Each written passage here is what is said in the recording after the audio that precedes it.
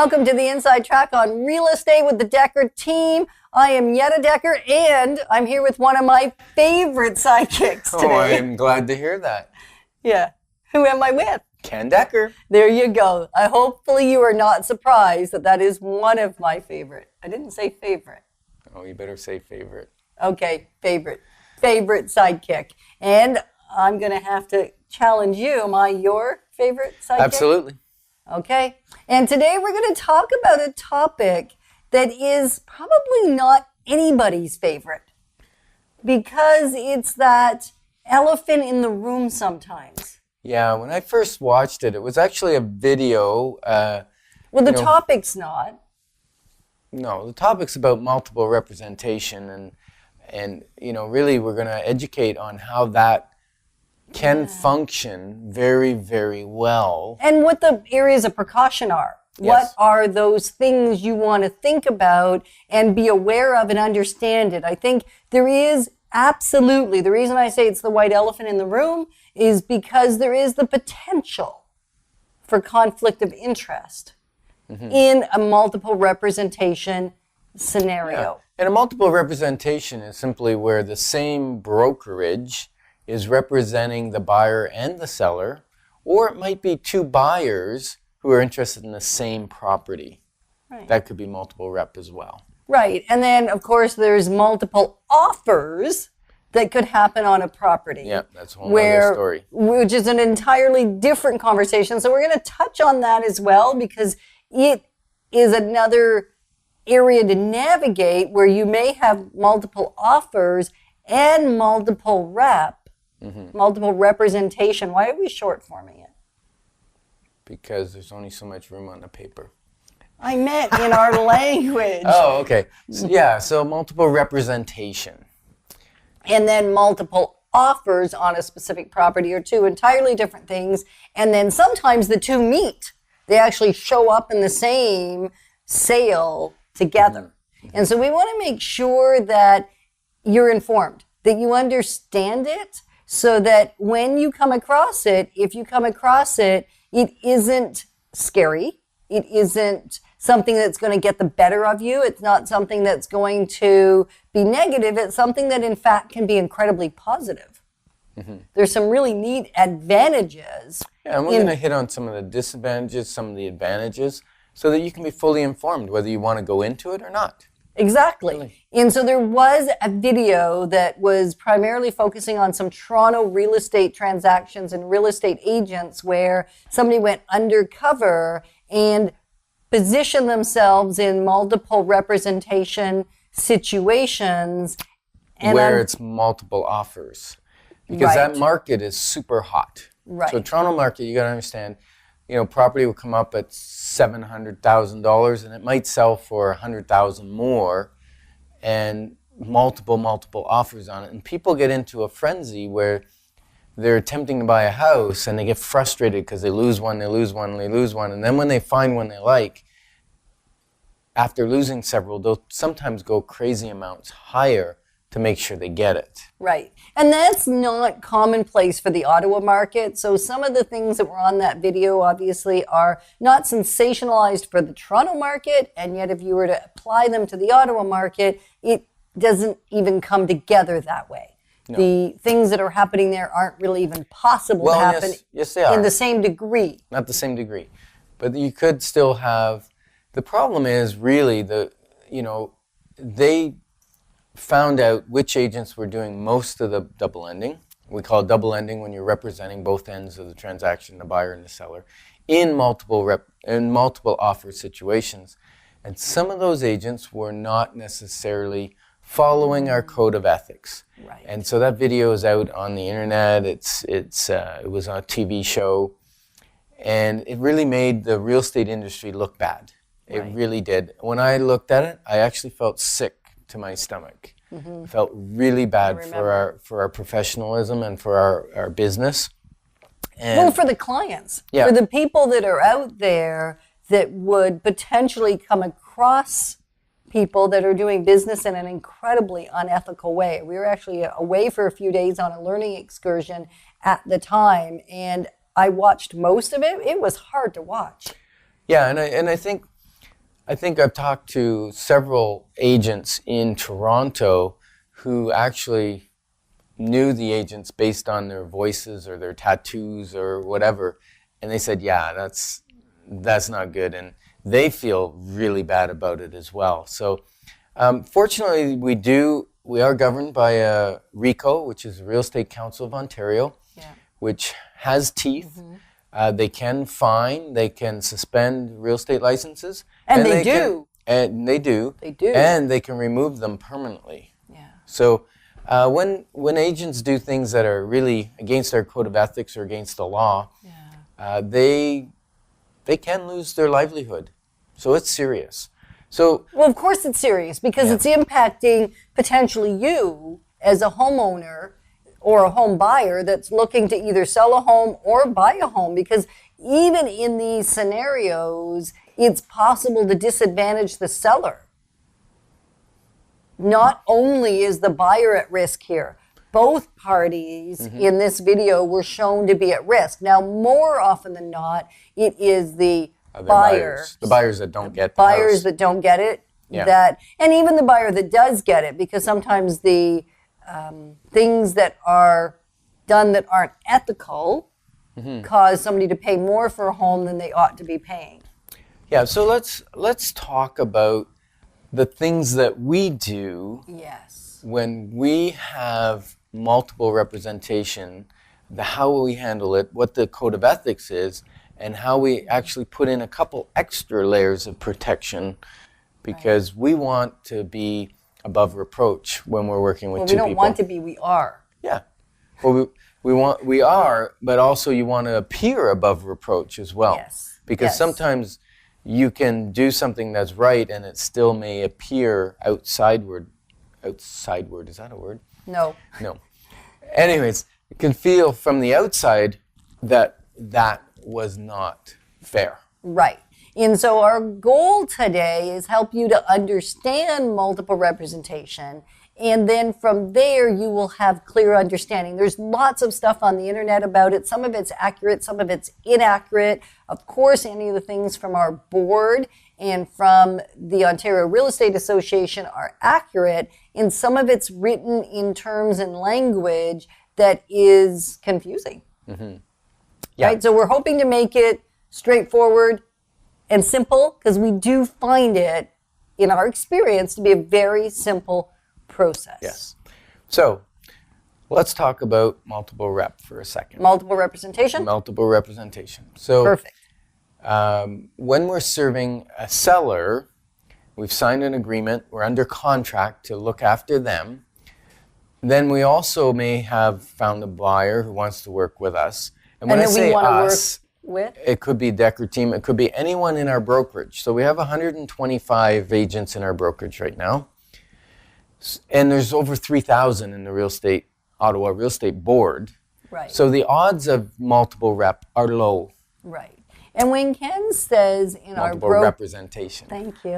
And when Ken says multiple representation and when he uses the word brokerage, he's referring to Keller Williams Solid Rock Realty, which is the brokerage that we happen to own and have the privilege of serving clients through, as well as serving realtors, 125 of them. Yes. Right? And the brokerage... Now, the Dekker Team works for the brokerage. Right. And we have 5 realtors on our team. Right, exactly. Yeah. And so there's, although multiple representation, and this is something that is sometimes confusing to people, multiple representation, and even to agents actually, when they're first getting into the industry and trying to wrap their brain around it, right? Is that the Dekker Team is the person that signs the contract with you, whether we're signing a buyer contract or whether we're signing seller paperwork, seller contract.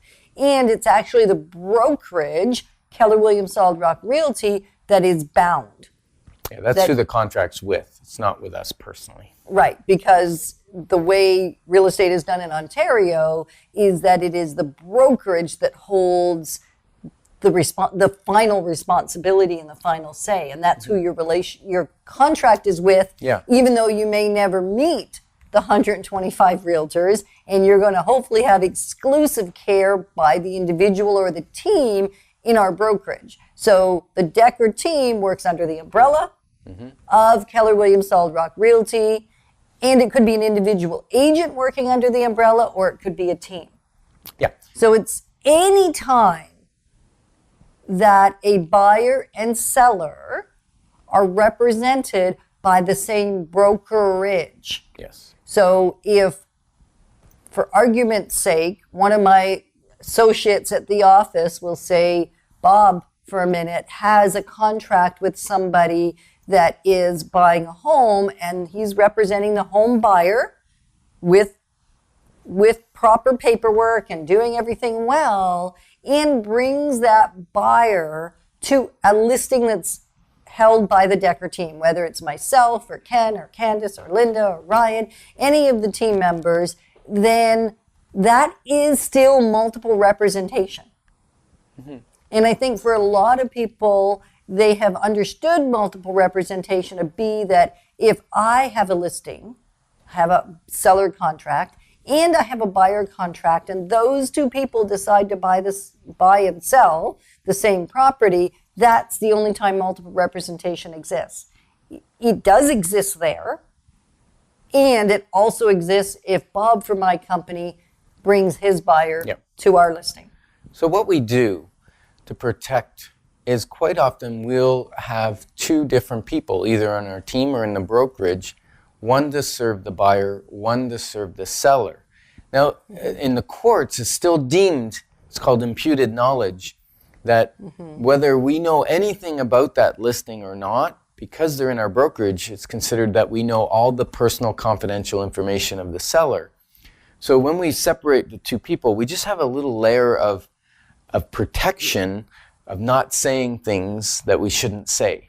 So because all information, when we have two clients, when we have a client, all their personal information is confidential. Things like why they're selling, how much they're willing to pay, how much they're qualified to, how much they're willing to take, bottom line, all those things, what their motivation is, if they're desperate or not, all that stuff is confidential.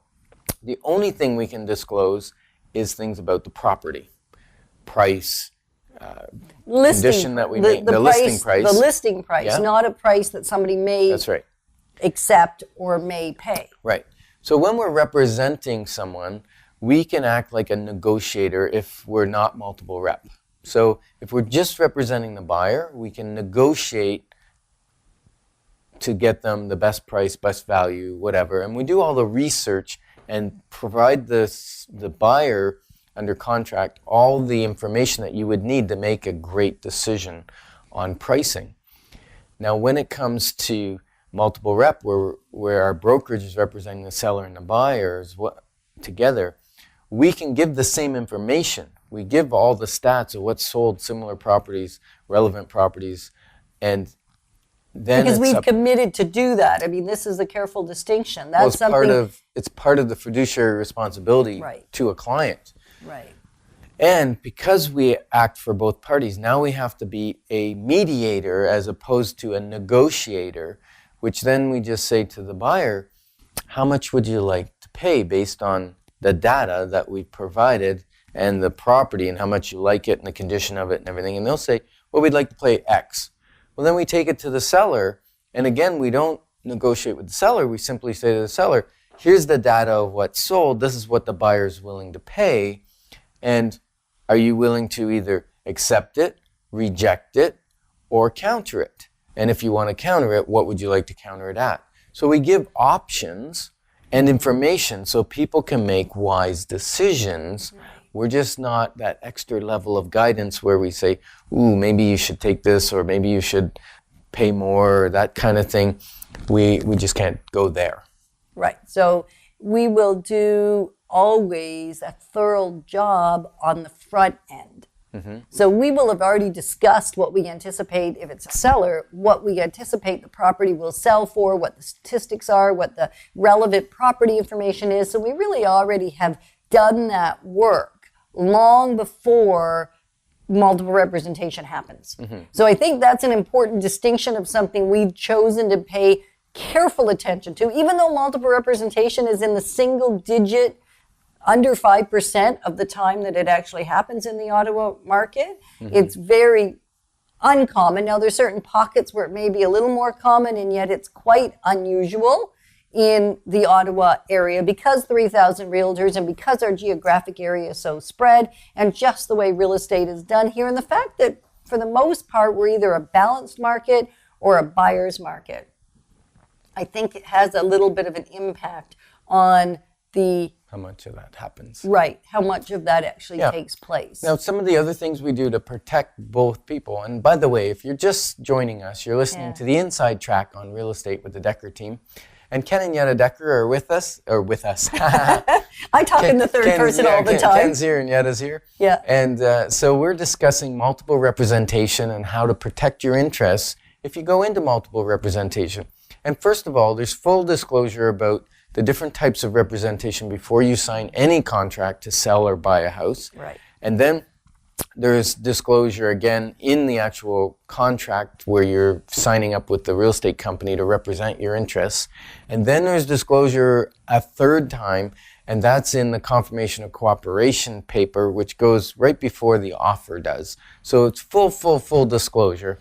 And then the other thing we do, because multiple rep has that hint of possibility of conflict of interest, we put a clause in to protect both the buyer and seller that makes the offer conditional on independent legal counsel for several days, so they can take the offer to their lawyer and say, hey, does this look like a reasonable offer? Is there anything in it that, anything in the conditions, anything that I should be aware of that might be a problem? Right, because we're not sending it to the lawyer for opinion on value because they haven't seen the properties. They probably don't know what real estate values are. So it's not independent legal counsel around the value of the property. No. It's around the way the offer is written, the clauses that are in it, just the general content of the actual paperwork that you're taking to your lawyer to review. We will already have provided you, as Ken said in the first half of the show, all of the market relevant data so that you know what your home should sell for and you know what you likely ought to pay for this kind of property. Mm-hmm. And then sometimes we do get that multiple offers. So we have a seller that's got, very popular property, or we priced it aggressively on purpose to get multiple offers and get the best market value we possibly can. Sometimes it will be our own offers as well, or offers within the brokerage. And so we do a couple things. First of all, we disclose only the number of offers to the other agents. That's the only information, and when we're going to present. That's really the only information that we give to the other agents. Everything else in the offer is private, confidential. And when we say other agents, that is even the agents if they're on the same team, even agents that are in the same company, or agents that are from another brokerage. Obviously, the only time the agent would know the data is if I personally was working with the buyer and I personally was working with the seller. And you're still not going to give that data.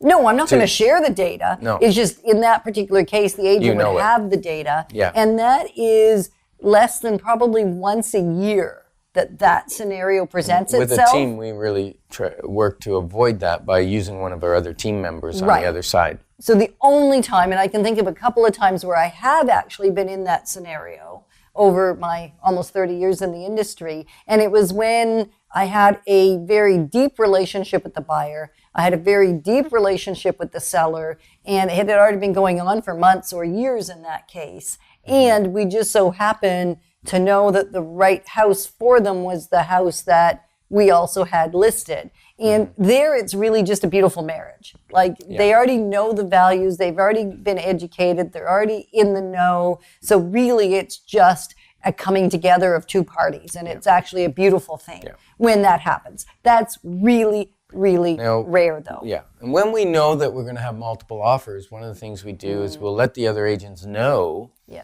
how many offers we have.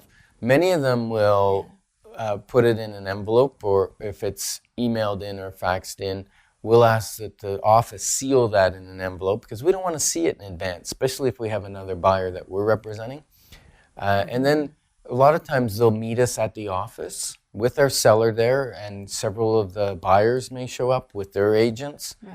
And really it's almost like it's not like a silent auction, because a silent auction, they get to see the amount they're bidding against. You never know what you're bidding against. So most of the time what we tell our buyers is simply put in the value that you would be happy that you didn't get it. If it's sold for more than that, if it's sold for $500 more or $2 more or $5,000 more, whatever it is, what we hate to see is our buyer go, well, I would have paid that. Because generally there's no second chances. When you're doing multiple offers, generally they open them up. Quite often they're over asking. The seller generally is going to go, oh, well, this one's the best one. It's got the fewest conditions. It's got the best price or whatever. And I'm going with that one. Now, not always does the highest price get the property. And that's where sometimes emotion comes involved, a letter to the seller explaining why the property is good for you or whatever. It doesn't always work. Sometimes it does. And so we're well versed in helping buyers do that type of thing as well. I just had a scenario last night actually where we did in fact get a couple of offers on a property. Now, neither of the offers were ours, so we weren't in a multiple representation scenario. We were actually, it was two different brokerages. It wasn't our own brokerage. So that was a little bit simpler, and yet we're still dealing with some of the same methodologies. Mm-hmm. So we still have to advise, once we actually have the hard copy of the offer, all the agents that have said they might bring an offer. We, in fact, go one step further. We phone everybody that's shown it, that hasn't said, absolutely no, we don't like the property. If they've said there's no way we're going to buy it, then there's not a lot of point for the phone call. Otherwise, we phone them and say there's even either no feedback received or neutral feedback or positive feedback. Hey, we've received an offer. Would your clients be interested in an offer we're presenting or will likely present by such and such a time? Let me know. And so did that the other day, was able to generate a second offer, which was fantastic, and then let the first offer know that we'd gotten a second offer. Mm-hmm. He then chose to improve his offer, the buyers did, which is pretty common. When you think you're the only offer, you may come in differently than when you know there's more interest. Right. Came back in, and then when I phoned him last night, the first agent, to say that, thank you very much for your increased offer, very much appreciate it, and my sellers have decided to choose the other offer that came in second. He said, well, my folks would have paid more, and I was in shock. He said, I would have liked another chance. And I said, I gave you another chance. Like, I've already done this.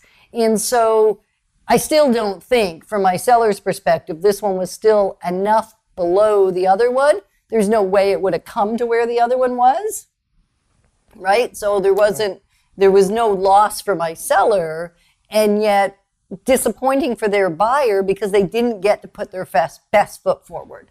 Yeah. And they could have. So putting your best foot forward in a multiple offer scenario is vital. Mm-hmm.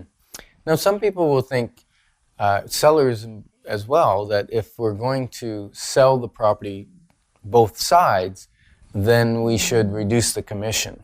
The fee for service. The fee for service, yeah. And what I've discussed with them, and it makes total sense, is if you look at the financial numbers, whether we take that buyer and sell them someone else's property and bring a buyer to our property,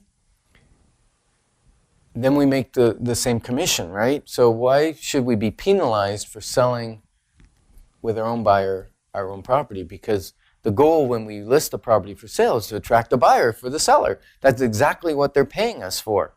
So they're, that's exactly what you're paying for, is allowing us to take the risk of marketing and doing all the upfront costs, and in the hopes that we find you the buyer that's prepared to pay the most money. The other reason for not negotiating the fee when you're in a multiple rep, especially when there's multiple offer, is you now have to disclose that all the way through the chain. and it creates a lot of confusion and a lot of chaos. Yeah, there's rules around disclosing that. Now, we have a couple properties we'd like to talk about. Already? Yeah, I think so. And if you have, so just going to backtrack for 1 second. If you have questions around multiple representation or multiple offers, we would love to have that one-on-one conversation with you. In fact, also host workshops on home buying, and that's one of the topics we actually cover there as well in a group setting, and where you can actually ask the questions, and others may ask the question that you wish you had the answer to, because it is one of those areas that is potentially tricky and potentially scary. And so we are here to answer those questions in whatever way you require us to answer them. Yeah, so 613-860-4663 would be the number to call. And then the property we have, I'll talk about one. We have a property just by Algonquin College. It's a great investment property if you want it. It's listed for $430,000. It's a bungalow, 4 bedroom, or the fourth bedroom can be converted to a dining room. It's got French doors. Very nice property, brand new shingles on the roof this fall. And it has an apartment, a 1-bedroom apartment in the basement. An in-law suite. In-law suite, which is currently rented. And the upstairs is currently vacant. So great for owner-occupied. And the rental in the basement will pay some of your mortgage. Or you could use it as a rental or student rental even, because Algonquin College is right beside it. And that bungalow is for $430,000. Yeah. And another great property, actually not far from there, in the city as well, on Sandcastle, is a beautiful condominium, a 1-bedroom, 1-bath, plus parking. Great property, only $159,000. So I mean, really, really affordable. And it's like top floor penthouse, isn't it? It's pretty nice. Yeah. Yeah. So if you have interest in a condominium apartment, that one, which is incredibly affordable, or something that's even more luxurious and more pricey, because there are so many available right now that are beautiful spots to call home, we'll give you the details on it and actually love to show it to you. So we're glad you joined us on the Inside Track. Remember, we love to answer your questions. You can email them to info@dekkerteam.com. That's info@dekkerteam.com. And we also would love to take your calls, 613-860-4663. And your question may be on a future show. And even better than that, if you'd like to be on a future show and join us because you have a topic related to home ownership, not just real estate as in buying or selling real estate, anything to do with living in a home, caring for a home, involved in home. We would love to have you as a guest, especially if it's a show we haven't done before or a topic where we can come from a totally different perspective or angle. So let us know if you'd like to join us. Have a great day. Thanks for joining us on the Inside Track on Real Estate.